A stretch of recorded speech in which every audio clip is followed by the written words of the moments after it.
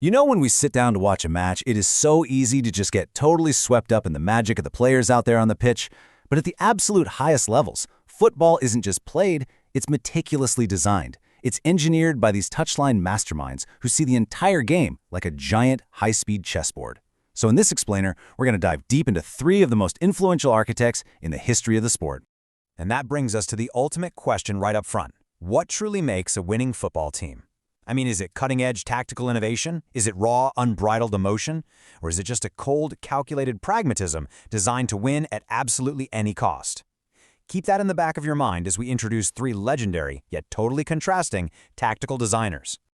Okay, let's start with this classic quote, "Stop talking, just play football." That was Ernst Happel. He definitely wasn't a man of abstract theory. He was a man of the pitch. And this blunt, no-nonsense philosophy drops us right into the intense reality of elite football management, setting the perfect stage for our journey through three radically different ways to dominate the beautiful game. So, here's our roadmap for today. Number 1, the blueprint, Ernst Happel. Number 2, the emotion, Jürgen Klopp. Number 3, the pragmatist, José Mourinho. Number 4, we'll do a head-to-head tactical clash. And number 5, the legacies of these legends. Let's jump right into Section 1. The Blueprint, Ernst Happel. Ernst Happel, the silent, chain-smoking Austrian. His success stories spanned actual decades. He transitioned from an elite defender to a manager back in 1959, and man, the success just kept rolling in. He actually became the very first manager in history to win the European Cup with two completely different clubs, Feyenoord in 1970 and then Hamburger SV in 1983. He even took the Netherlands all the way to a World Cup final in '78. We're talking league titles in 4 different countries, the Netherlands, Belgium, Germany, and Austria. That kind of adaptability, it makes him one of the most remarkable and honestly probably underrated geniuses in football history. Because his tactical innovations quite literally laid the groundwork for modern football. Seriously, as early as 1949, while he was still playing for Rapid Vienna, he was introducing the offside trap as a strategy, something he'd later implement across all his managerial teams. He demanded this fluid positional play, often called proto-total football, where players would just seamlessly swap positions on the fly.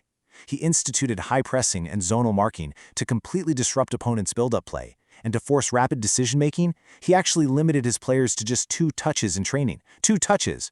He created what was known as full-gas football, this absolutely perfect blend of Dutch positional dominance, Austrian individual quality, and German physicality. But listen to this. You won't believe the physical intensity he demanded to actually make this system work. He was infamous for these absolutely grueling preseasons.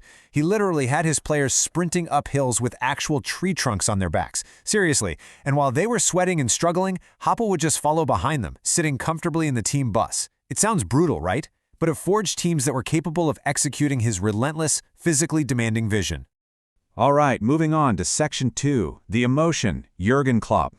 Now, unlike Happel, Jürgen Klopp had a pretty modest playing career, but his rise as a manager? Phenomenal. He started at Mainz 05, making his mark there over 7 years. Then came that incredible transformation of Borussia Dortmund, where he grabbed back-to-back Bundesliga titles. And finally, his era as a true Liverpool FC legend, securing literally every major English and European trophy, the Premier League, the Champions League, you name it, and picking up back-to-back FIFA Best Men's Coach awards along the way. And it all builds into his absolute signature philosophy, Gegenpressing. Basically, this means immediately swarming the opponent to win back possession the absolute second you lose it, instead of falling back to regroup in a defensive shape. And here's why it's so brilliant. Klopp turned counter-pressing into an attacking weapon. Think about it. When opponents win the ball, they naturally spread out and open up spaces, right? Well, Klopp's teams, using these superb, tireless box-to-box midfielders like Jordan Henderson or Georginio Wijnaldum, would win those high defensive duels and instantly exploit those exact spaces. He perfectly described his own teams as playing heavy metal football. It's intense, it's high energy, and it is completely relentless.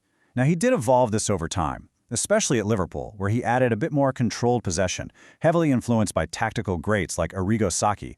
But at its core, it was always about building this deeply emotional, us-against-the-world connection with both his players and the fans. Which brings us to Section 3, the pragmatist, José Mourinho. Talk about a staggering rise. Going from an interpreter at Barcelona to an absolute global icon, Mourinho's multi-league conquests are just wild. From that shocking Champions League win with Porto, to building an untouchable Chelsea side, to the historic treble with Inter Milan, and then taking down Pep Guardiola's legendary Barcelona while managing Real Madrid, his career is practically a roadmap of conquering Europe's absolute elite. Now, for Mourinho, pragmatism rules above all else, results first, style second. His teams often use this incredibly compact block, sitting super deep in two rigid banks of four, usually anchored by a tough holding defensive midfielder to just break up attacks. And when they win the ball, boom, rapid, fast transitions and lethal counterattacking. I mean, just think of Inter Milan's famous defensive masterclass against Barcelona in the 2010 Champions League semifinal. It was pure, brilliant pragmatism.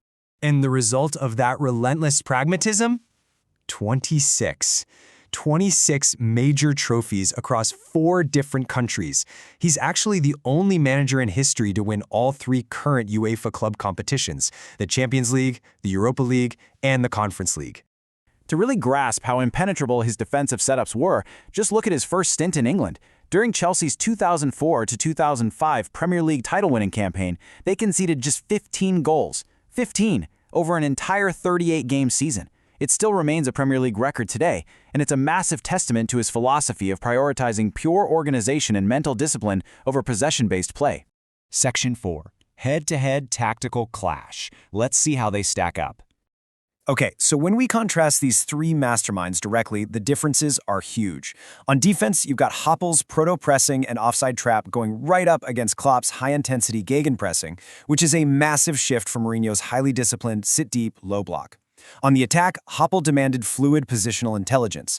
Klopp, he wants his guys to win the ball high up the pitch and strike instantly. And Mourinho, he's perfectly happy to just let you have the ball, absorb all your pressure, and then completely destroy you on a fast counterattack using a highly flexible formation. And their communication styles, they couldn't be more different if they tried. Happel spoke only German, totally avoided long tactical talks, and basically let the grueling training drills speak for themselves. Klopp, on the other hand, practically runs on touchline celebrations, enthusiastic speeches, in building this deeply emotional, personal bond with his squad. Then, when you look at motivation, the contrast between Klopp and Mourinho is super stark. Klopp leans heavily on intrinsic motivation, right? He gets players to want to run through brick walls for each other just out of sheer passion. Mourinho is a master of mental warfare.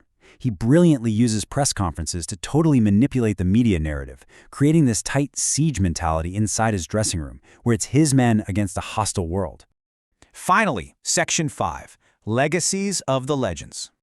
Ultimately, these 3 men showcase the fascinating evolution of the modern game.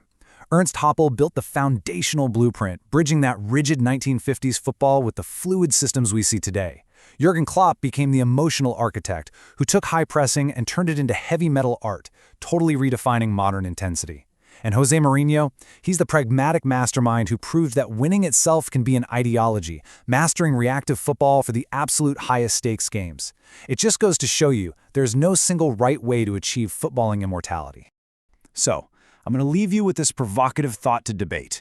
If these 3 absolute legends clashed in their prime in the same league today, Happel's fluid blueprint, Klopp's heavy metal gegenpressing, or Mourinho's impenetrable defensive block, whose philosophy would ultimately lift the trophy? Think about it, and let that question linger the next time you watch a masterful tactical battle unfold on the pitch.